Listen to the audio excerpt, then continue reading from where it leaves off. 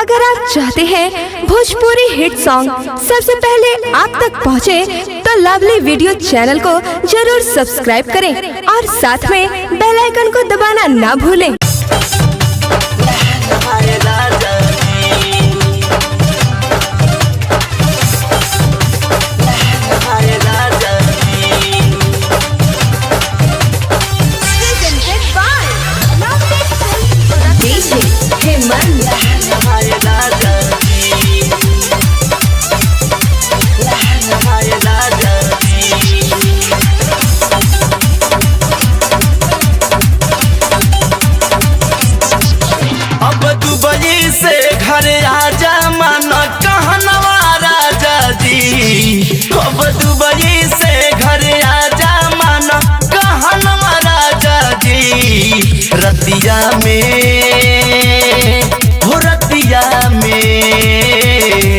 रतिया में रोवे से जिया पर लहंगा माहे राजा जी।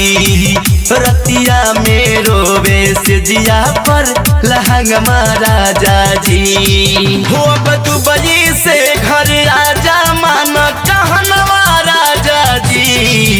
अब दुबई से घर आजा माना कहनवा राजा जी। रतिया में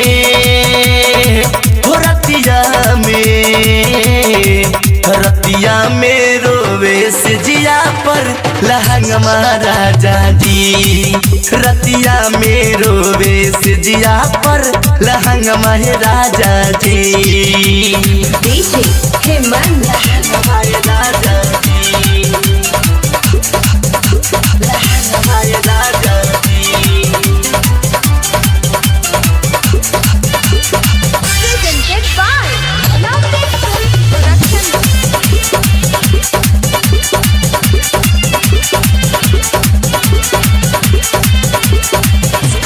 उठ पे लाली लगावल हमर सूखे, रोजे ऐठे जो बनवा हमर भूखे।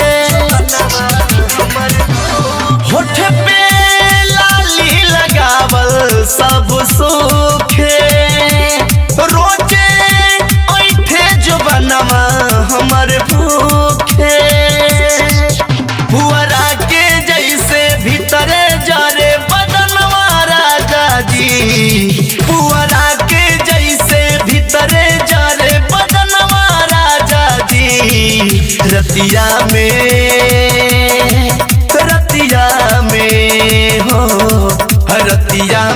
रोवे से जिया पर लहंगा महाराजा जी। रतिया में रोवे से जिया पर लहंगा महाराजा जी। लहंगा महाराजा जी, लहंगा महाराजा जी।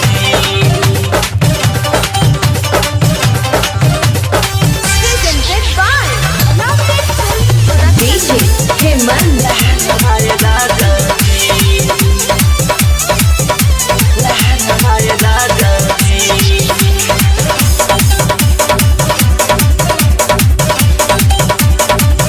चूड़ी लहठी संग बिंदिया और बाली हो, सैया देते बाट तोहारा के गाली हो। चूड़ी लहठी संग बिंदिया और बाली हो, सैया देते बाट तोहारा के गाली हो। अब तोहरा बिना लागत नहीं खे मनवा राजा जी। अब तोहरा बिना लागत नहीं खे मनवा राजा जी। रतिया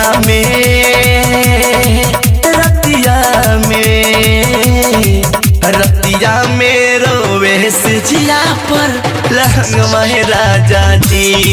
रतिया में रोवे से जिया पर लहंगा महाराजा जी। डीजे हेमंत महाराजा जी, लहंगा महाराजा जी। presented by Lovely Film Production।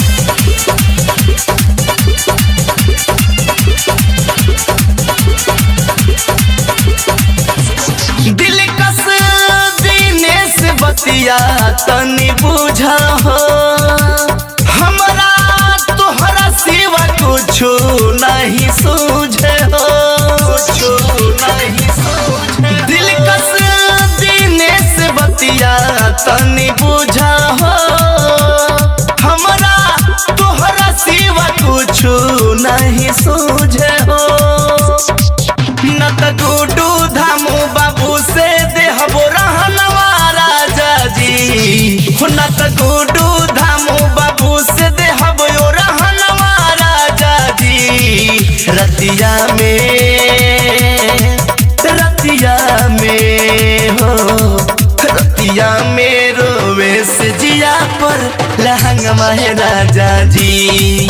रतिया में रोवे से जिया पर लहंगवा है राजा जी। Lovely digital recording studio Kalibagh Bettiah. अगर आप चाहते हैं भोजपुरी हिट सॉन्ग सबसे पहले आप तक पहुंचे तो लवली वीडियो चैनल